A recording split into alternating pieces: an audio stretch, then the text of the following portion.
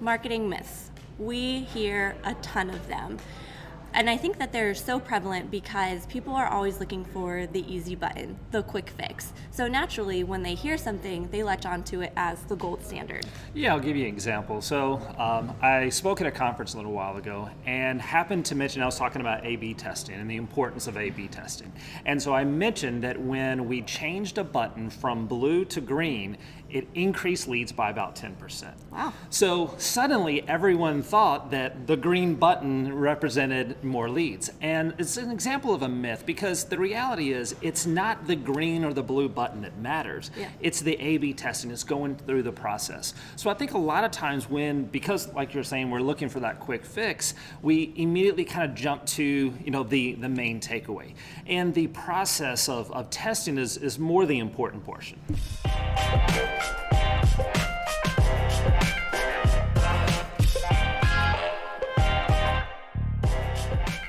Myth 1, cost per lead is the most important measurement in PPC. So let's get some background on this. A few years ago, all these companies started popping up out of the blue that says we'll generate leads for real estate agents. And what happened was it was kind of a race to the bottom. Company A says, well, we can generate leads for $20 a lead. And then company B says, well, we can generate leads for $15. And all these agents started chasing who was going to give get the cheapest lead. Well, what happened was that became the standard that everyone started measuring, their success by, not really paying attention to the real metric that mattered is how much did it cost to get that closing. Yeah, I mean, at that point, it's just a race to the bottom. I mean, heck, if the number, can go as low as it goes, then we're just focusing on the amount of leads and not the actual quality. Yeah, so it's in the company's best interest just to generate the most leads without even thinking about quality or how, we're going to get that lead actually to closing. So let's kind of break this down with some math. Agent 1 takes the bait, says, I'm getting leads at $10 a lead. Let's say they get 200 leads at that magical $10 a lead, and so they spend a total of $2,000. They chase those 200 leads at $10 a lead, and let's say months later, they only close one out of those 200 leads. Well, now all of a sudden, that cost per sale is $2,000. So while they were paying $10 a lead, they're actually paying $2,000 to get to the closing table. Yeah, so whereas Agent 2 could take a little bit of a different approach. So let's say that their cost per lead is $100 per lead. Now, of course, everybody is telling them they are crazy for paying that much, but what others don't realize is that they are actually converting almost 50% of those leads into closings. So if we break that down, that makes their cost per close only $200. So while Agent 1 is bragging about their $10 per lead cost, they're actually paying $2,000 to a close, while Agent B is paying $100 per lead, but is killing it at getting only $200 per closing. So this is an actual scenario that we kind of work through with a couple of our clients. That there's a client that gets seller leads, and at first when we were looking at the math, we were like, holy cow, it's costing $100 per lead. But the funny thing is, on our next call, he was like, how many more of those can I get? And I was like, we got to get that cost lower. And because I had kind of fell into that myth, that trap of measuring everything by the cost per lead. The reality is that he was converting those leads at almost 50%. So his cost per closing was a lot less. He was like, I'll take those $100 leads all day long because they're such good quality leads. So I guess the overall myth is that while the cost per lead is a measurement, it's not necessarily the measurement. Exactly. So I think kind of the important takeaway from this is not that cost per lead is bad and that you shouldn't be looking at that measurement. It's that you should really look at the whole picture. Right. It really all comes down to your strategy. If your strategy is quantity over quality and you just want to build your database, cost per lead is a great metric for that. However, if you're focused on I want more quality leads and less of them, then obviously cost per close is going to be the metric that you want to go with. Okay, so let's move on to myth number 2.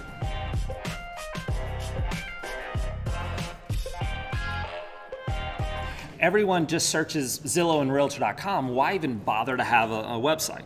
So yes, Realtor.com and Zillow, their apps are popular. People use them all the time, but it's not an end-all be-all. According to Zillow, you would have them think that everyone, 100% of people looking online are going to use their app. But I always say to a hammer, everything suddenly becomes a nail. Exactly. And that's really kind of how it is that, yes, the apps and thinking about mobile is very important, but it's not something that we can skew all the way. In fact, a lot of the statistics that we look at is there's still a pretty even split between desktop and mobile usage. So if we're only talking about, the Zillow app or the Realtor.com app, we're kind of throwing out about half of the audience. Exactly. So the first thing that you kind of want to look at is that it's an app.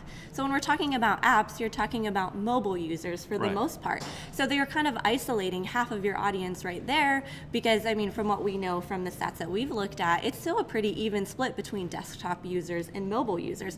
Not to mention, if you're targeting an older demographic, let's say that your niche is 55 plus communities, the overwhelming majority of that audience is actually going to be using tablet. So we want to make sure that we have all of the facts when we're looking at just an app when we're breaking it down like this. Yeah. Another aspect of this myth that I hear is that people don't use individual agent sites. So they're always just, they're finding the information directly on Realtor.com or Zillow, or, because of social media becoming a lot more prevalent, it almost feels like the people people don't search on Google anymore for home sales. So I did some research and looked over the last 5 years, and the trend over the last 5 years, home searches or searches on Google related to the home buying process has actually increased year over year, every year for about the last 5 years. So the takeaway here is more and more people are using Google to search homes for sale related keywords. So this whole myth about, everyone's already on Zillow and everyone's already on Realtor.com and everyone's already finding everything on Facebook and they're not using Google anymore, the data says it's just simply not true. And we can see from focusing on real estate agent websites, we see that trend continuing to grow in the other direction, that site usage is still up. More and more people are going to those individual agent sites. So traditionally, people who are surfing on their desktop, they're going to be on a site about twice as long as people who are on their mobile devices. So typically, you got those really good engaged buyers on a desktop site. So I'm not saying that apps or mobile usage is bad or anything like that, but I'm saying that we can't really kind of, again, throw that baby out with the bathwater and to think and kind of put all those eggs in the Zillow basket. At the end of the day, I think that keeping that focus on your site, your brand, is a key aspect. Because Zillow's a national site, they have to kind of play at that broad level. So once that really good buyer is looking for homes for sale with a first floor master, with a detached garage, with a swimming pool in the backyard, Zillow and Realtor.com and those national brands aren't going to be able to serve that the way an agent site is going to be able to do that. So I think that's really kind of that getting away from that myth. There's still a ton of value in the individual agent sites to be able to meet those needs.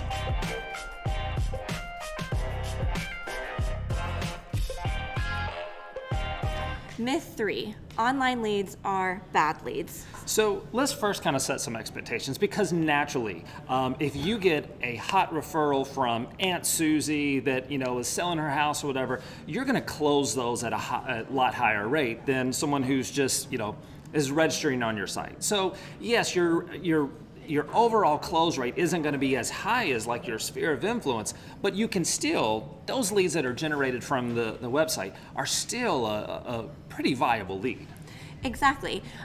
Just because a lead comes online and you have a little bit lower of a closing rate doesn't mean necessarily that those leads are cold or that they're bad. They just might be ready to have that conversation at that very second, as to where somebody who got referred to you is instantaneous. Yeah, so let's kind of imagine a scenario, because I hear this a lot of leads are bad, or someone comes to the site and maybe you don't have all of their contact information and they say, I don't have their cell phone number, so it must be a a bad, a bad lead. So how would you kind of relay that to kind of a real world experience? Yeah, so let's just say, for instance, that you're at home and it's in the morning and you're about to walk outside to check the mail. So you go outside and you see your neighbor walking their dog, don't remember their name, and so they're walking by and they stop by your mailbox and they say, "Hey, aren't you a realtor?" And you say, "Why, yes, I am." And they're like, "Okay, great. My wife and I are thinking about selling our home. Would you be able to meet with us? Give us some tips." It's a pretty hot lead, I would say. I mean, I would think so. But let's think about it for a minute. You don't know their name. You don't know their email address. You don't know their phone number. However, they're a hot lead. See where this is going, yeah. Exactly. Just because you don't have all the contact information, they're still a viable lead. You just haven't gotten to that point of the conversation yet. Exactly. So you can kind of think of your online leads the same way. Somebody who goes to your site instantly, if they haven't given you their phone number yet or their email address yet, doesn't mean that they're not a hot lead. You just haven't approached that conversation yet. Yeah, so I always kind of equate it to, because you know me and my stories and analogies, so I kind of think about it where, how many people would just kind of we'll take the Saturday morning scenario. Instead of going to the mailbox, they all of a sudden say like, all right, I want to go to a used car lot. So you got to think about what it takes to get that person to the car lot, right? So the person has to decide they want to go to the car lot. They got to get in their car. They've got to drive there. They got to park. They got to get out of the car and walk to the car lot. And so the salesperson says, "Hey, welcome to whatever Joe's used car lot. What can I do?" And if the person says, "You know what, I'm really not interested in buying a car," I'm going to call BS on that. They've done all of these things. You don't just naturally just go to our car lot just to hang out because you're bored on a Saturday, right? So I kind of take it to the same kind of equate that to a website. You got to think about that someone plugged in Raleigh Homes for Sale or whatever the keyword is. They saw your ad. They clicked on that. They conducted a search. They looked through different homes for sale. They found a home that they actually like. A pop-up popped up. They gave their information. They've gone through all of these steps. I find it hard to believe that if that person has gone through all of those steps, that they're not in the market to buy a home. There's at least some type of a level of interest in conducting a real estate transaction if they've done that, just like there's probably at least some level of interest if they've taken all those steps to drive to the car lot. Exactly. And really what I think it comes down to, and where we're kind of going with the conversation, is it's all about your follow-up. And with online leads, your follow-up is going to be a little bit different from somebody who was directly referred to you.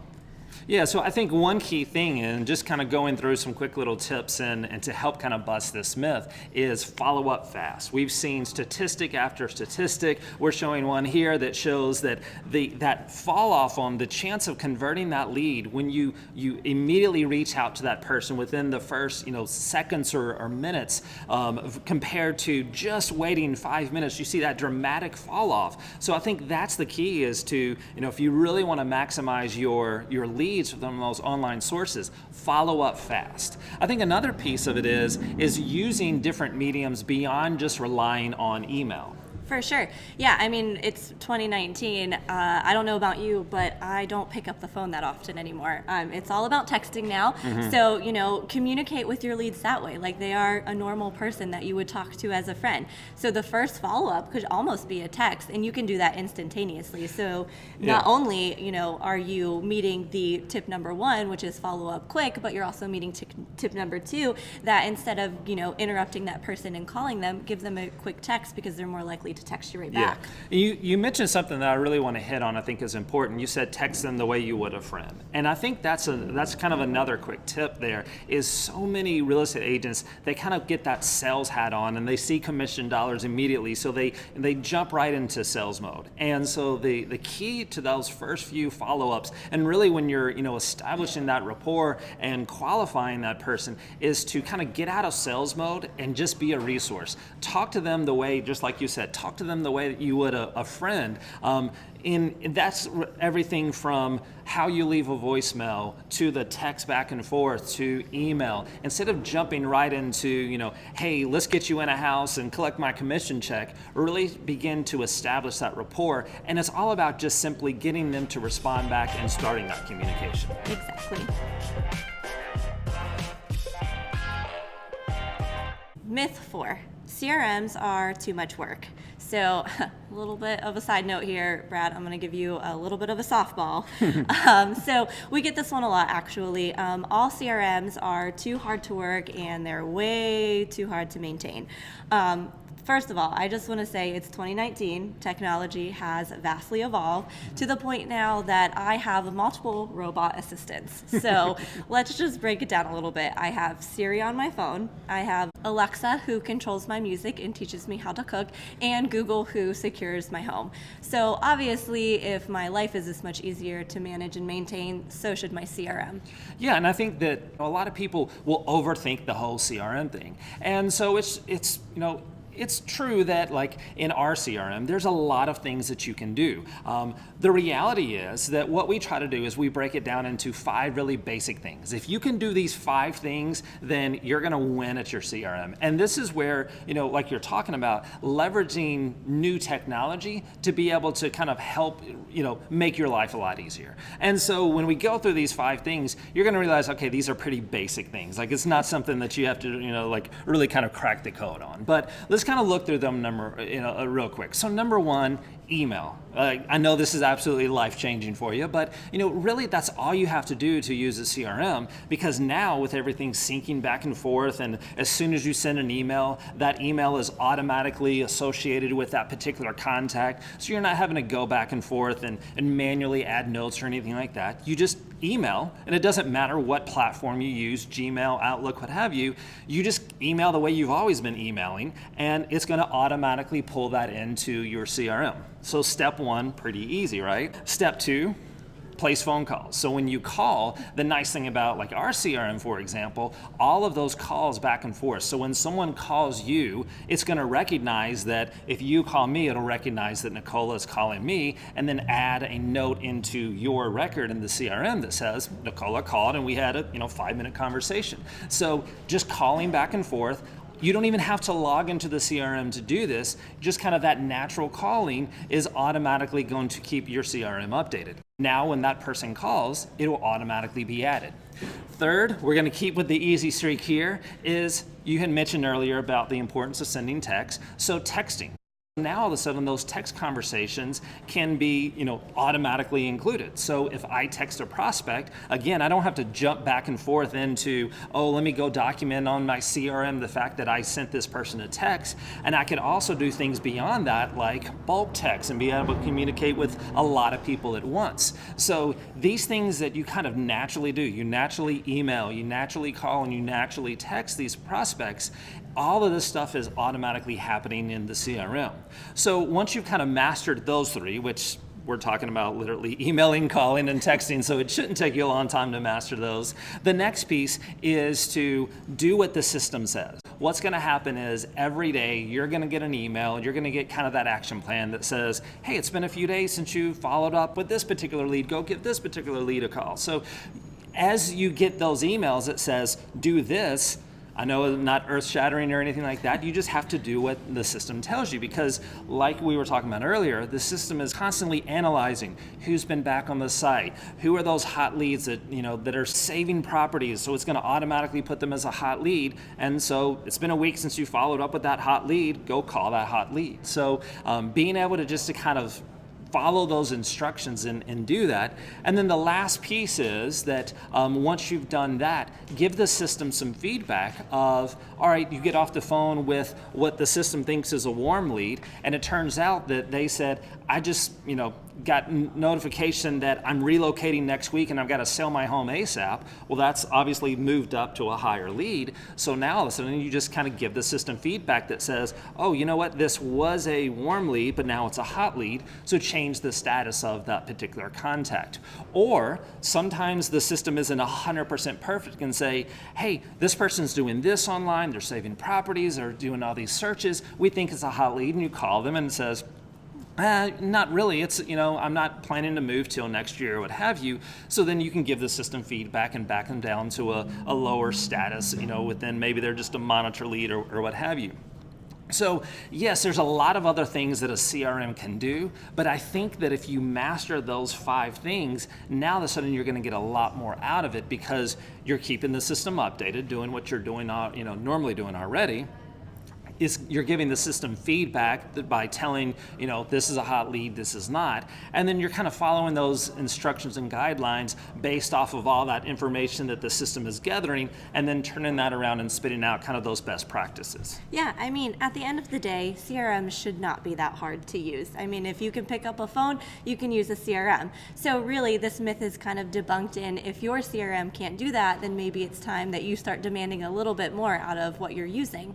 Yeah, so, I go back to what we talk about a lot is everyone says that the best CRM is the one that you'll actually use. I think that, being able to now with technology, being able to anticipate things, as soon as I've got an automatic door lock, and as soon as I walk up to my door, it recognizes that I'm home, so it automatically unlocks my door. And so I think that kind of in that same, line of the CRM, the best CRM is not necessarily the one that you'll use. The best CRM is the one that's smart enough where you don't really have to use it in order to use it. I don't have to pull up my phone and punch in my code or pull out my keys and unlock the door. It anticipates and does it for me. So kind of having that CRM that anticipates those things and does a lot of the work for you, I think really can help and truly debunk that myth of CRMs that maybe in the old days they were hard to use, but now with technology, you kind of don't have to use them to even use them. So last year we actually had our reboot camp, our first annual, and since then our phones have kind of been ringing off the hook, especially because we had it in March of last year. And so a lot of people were anticipating us to have our second annual one. And so this video was actually a little bit of a teaser for some information for our second annual reboot camp, which will be happening May 2nd. And if you want some more information, all you have to do is click on the link below, sign up for some early bird registration and information, and we'll make sure that you guys are the first to know.